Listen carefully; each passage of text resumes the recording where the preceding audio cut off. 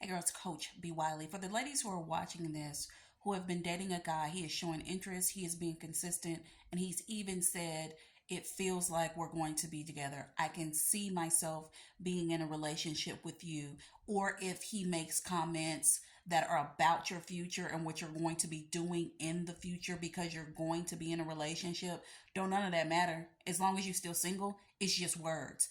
Ladies, you have to stop getting caught up in these words and catch on to what his actions are showing you. He can blow smoke until he blew in the face all day long. Words mean nothing, and words do hurt if you allow them to sink in and you believe the hype and you hype yourself up, and then he ghosts you or leave you on red or don't call you every day. Now you're over the moon for this guy who don't want nothing to do with you and who's actually over you because he was never that into you to begin with.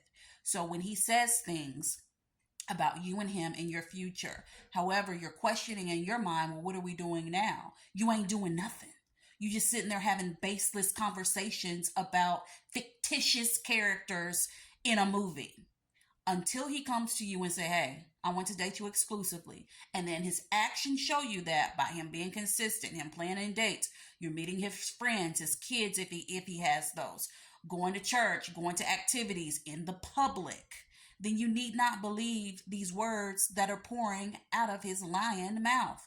I was just reading something on social media about a young lady who says, it feels like I'm in a relationship with this guy because we do everything together. We're together every day, which means, of course, they're getting jiggy with it. There is no title. But then at the end of it, she then says, how do I bring up, what are we? What are we doing? You ain't doing nothing outside of getting jiggy with it. You ain't doing nothing but allowing this dude to waste your time. If you're in this situation right now and you're saying, well, we're not together, we don't have that title, but it feels that way. Your feelings ain't facts. How many times I got to tell y'all that? The fact of the matter is, he's going to continue to string you along, continue to fake treat you like you his girlfriend as long as you let him. However, when you have your boundaries and your standards and you meet him at the gate with those at the front door, he can't get past, what is it on Monopoly?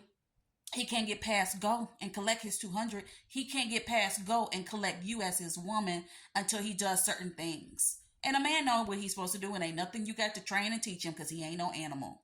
So lastly, if you're in this situation, you're listening to this video, this is your sign. The sign is here in this video and me saying this.